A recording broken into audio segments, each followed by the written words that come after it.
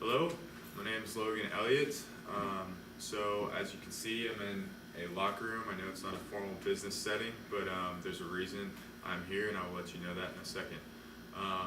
My formal business presentation is on the greater involvement of healthcare providers in personal health choices. So the organization I chose to research is the CDC, also known as the Centers for Disease Control and Prevention. I'm an MBA major, so the healthcare company isn't necessarily one that I desire to work for. However, I'm a college athlete, that's why I'm here. And having to take care of my body as much as I do, this topic is one that I'm interested in. All the information that I'm going to be providing today comes from the book in chapter 2. It also comes from the CDC website at www.cdc.gov. So one of the reasons why I felt like this topic is relevant is because the health of Americans seems to be continually at risk, and now more than ever, and despite the increase of medications, technology, and all of that. So with that, I'll go ahead and move on to my presentation. In 2013, the CDC reported that more than 1/3 of Americans are obese, which is a significant health risk factor associated with individual choices. This translates to around 93.3 million of adults and 13.7 million kids, which is obviously a lot. So this number keeps going up from year to year. Obviously that number was in 2013, now it's even more. On top of that, this major increase in obesity has led to problems with heart disease, stroke, certain types of cancer, and more. So this, along with increasing sedentary lifestyles in today's world, which is like laziness, they play a major role in the poor health of our nation. So to continue with this, and that these personal decisions are extremely hard to change. The accessibility and affordability of fast food, high price of healthy foods, the difficulty of fitting in a workout with an extremely tight schedule. People are caring less. Americans are just generally getting lazy. Everyone's experiencing these things, and in every everyday work schedule, it's hard to fit in everything. Everybody's, trying to make themselves healthy, but at the same time, it's difficult when you have so much to do. So, in addition, the devastating effects of these poor decisions, the poor health decisions, they can't be felt for years. So people feel like they can go on eating bad foods, they'll never get fat, their metabolism will never slow down. You've heard it every day. Slowly but surely, however, people's arteries are getting clogged, everyone's metabolism will indeed slow down. So without you knowing it, you may be experiencing internal difficulties just from the way that you eat every single day. Some people want to make the change to a healthier lifestyle, but they probably need extra help. Making yourself stop eating pizza, ice cream, and all the other bad foods is a really difficult task. So people can't make these changes themselves, and healthcare providers such as the CDC and other hospitals and other healthcare people are having to intervene to slow down the amount of unhealthy behavioral choices. So the first thing that the CDC does to make a change in people's lifestyles is they support and fund all 50 states and their movement to increase a healthy living. Each state has different programs. However, the main difference that the CDC makes is through their division of nutrition, physical activity, and obesity, which is also known as the DNPO, and I will call it that for the rest of this presentation. So this is straight from the page on the CDC's website, but the DNPAO is in charge of protecting the health of Americans at every stage of life by encountering regular physical activity, good nutrition, and preventing adult and childhood obesity. So that's every stage of life, from adult, children, to when you were just being born. So that sounds jolly and all, but what does the CDC actually do? What does the DNPAO actually do? So their real strategy consists of several different parts. These strategies are several codes that the division goes by to increase healthy living. The first thing that they try to do is increase the access to healthy foods and beverages. So they're trying to put more healthy foods out there in the world so that you have more access. In order to do this, they suggest engaging in partnerships or increasing the distribution channels to increase the sales and promotions of healthy food items across the region. Distribution chains such as Publix, Walmart, all those companies, they pretty much help distribute healthy foods, and they're trying to get more and more into that, and by engaging in partnerships you're able to push more healthy foods out there. An example of this is when school districts adopt healthy cafeteria systems in schools nearby. So schools these days are making major improvements in the schools' cafeterias. They're changing from fatty foods to the addition of salad bars and other healthy choices. When I was growing up, it was always cheese sticks, fried foods, all that stuff in the cafeteria. And so now they're starting to do salad bars, trying to do other healthy choices, all that stuff. So another thing they do to increase access to healthy foods is providing access to farmers markets. So the DNPAO works with healthcare systems like hospitals to place farmers markets near their facilities. They also participate in farmers market marketing programs to have a greater impact on healthy choices of community. Where I'm from in Dunwoody, Georgia, we have our own farmers market that is marketed throughout our community that people are able to go to once every weekend and purchase healthy foods that they may not be able to find in grocery stores or in other food places. So this way, when people stay overnight in hospitals, as far as hospitals goes, families can have better food choices.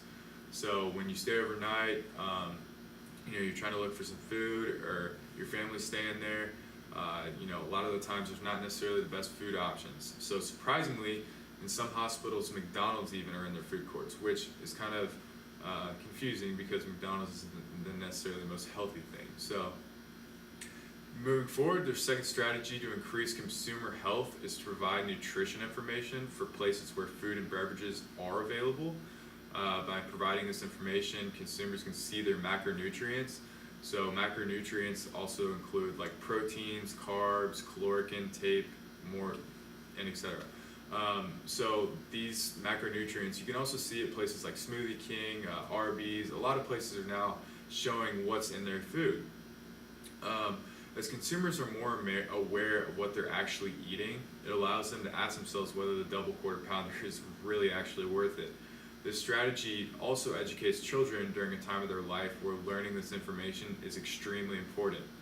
When I was a kid, not necessarily all this information was being put out. We had no idea. We were just kind of eating what your parents were always told, or what your parents were always giving you. So also educating parents with their families, to help adopt a cleaner eating style is really, really important. So adults get in habits of coming home from work with little time. They're trying to feed their children really quick so they can get stuff done. And usually that's not the most healthy thing in the world. So by letting parents know the effects that this may have on their children, the CDC hopes to make parents take just 1 second when you get home to think about a healthy meal that might actually be worth it, to cook something for them. Because you don't see at first that this is just a healthy meal, it's not going to hurt them, whatever. But later on in life, you will see the effects. So the next two strategies focus more on the development of physical activities within a region rather than obesity itself. So one is to increase the number of places for physical activity to enhance places that already exist. The idea is that the more access people have to parks, walking trails, and other places to exercise, the more likely it will be that they participate and be active.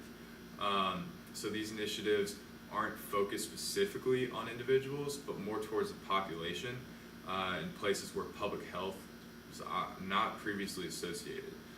These are places that people don't care about health really. They aren't focused on that. The percentage may be higher of obesity in this area. So they also work with city officials to open public facilities and design streets and communities to promote physical activities.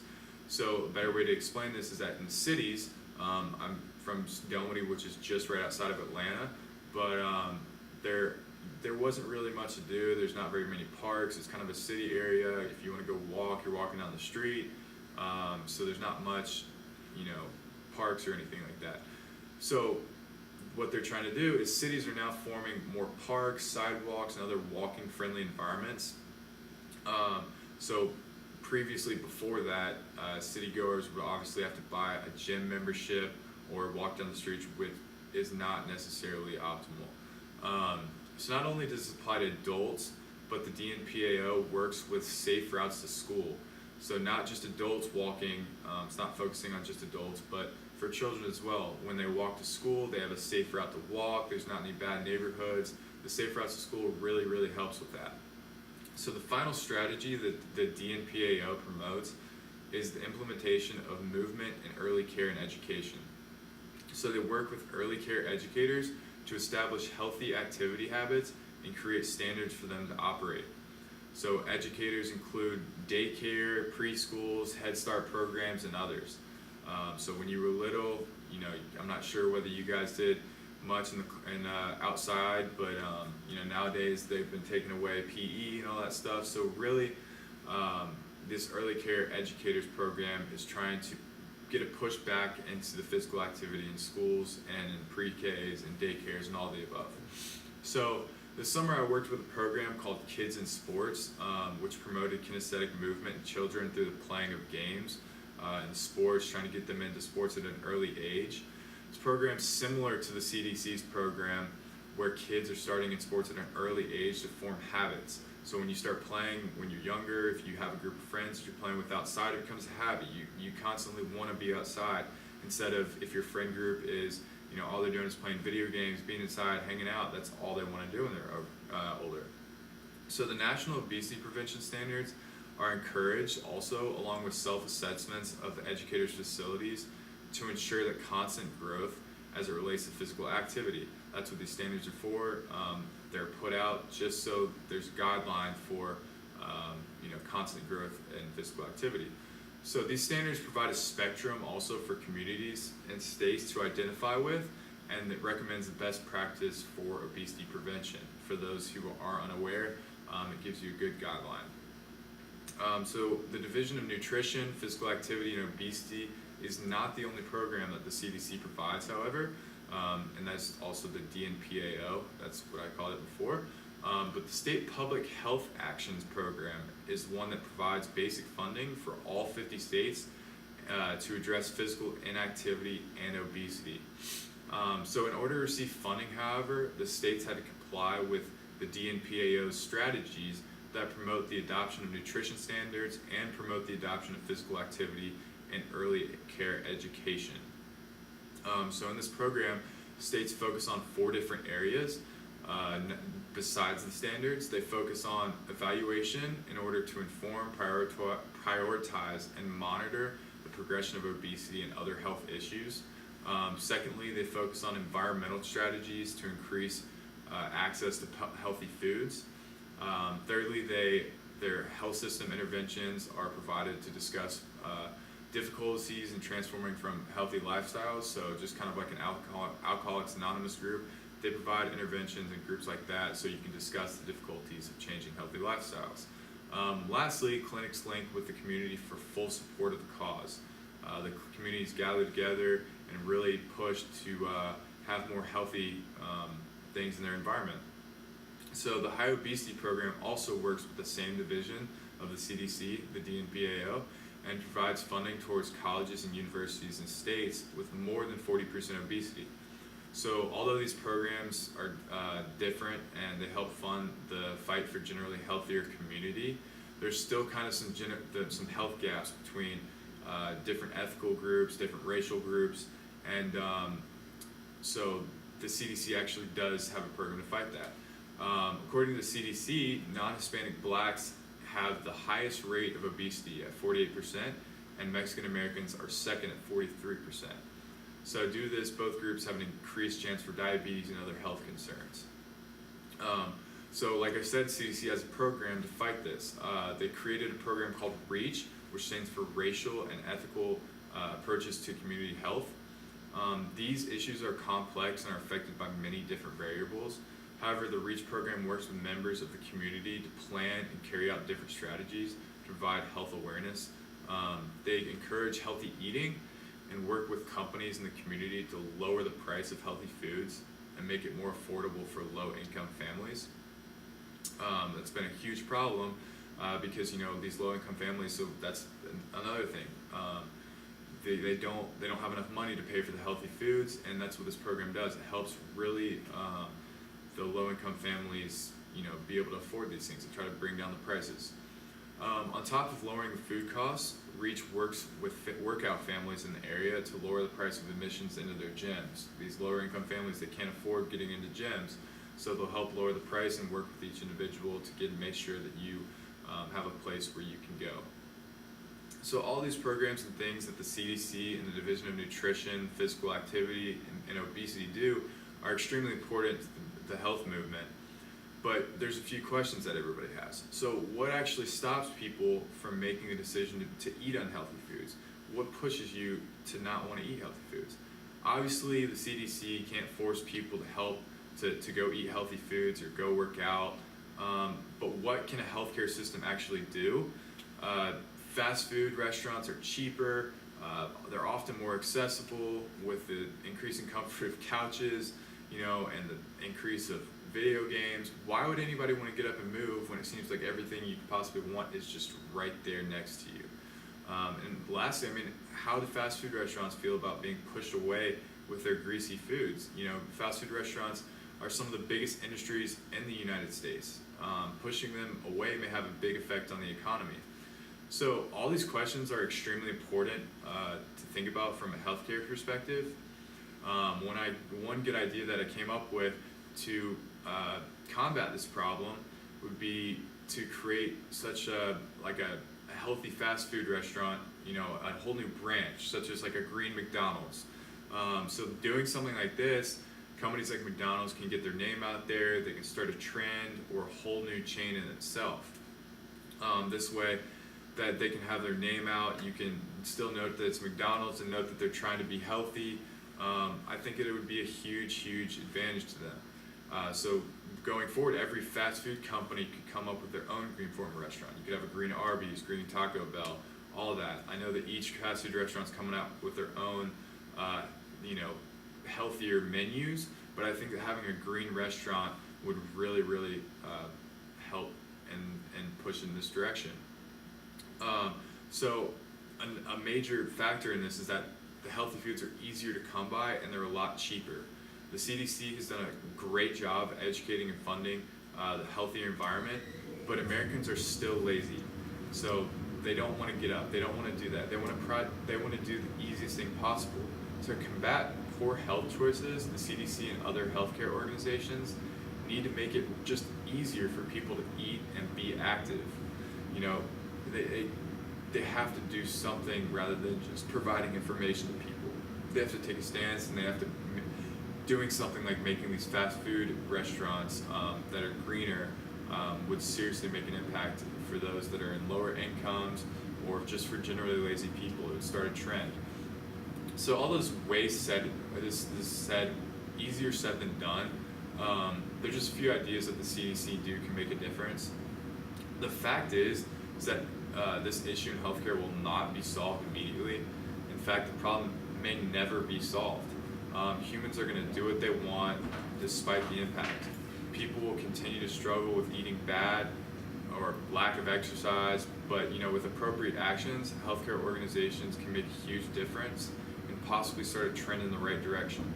So once again, my name is Logan Elliott. Thank you for your time, and I hope you enjoyed my presentation.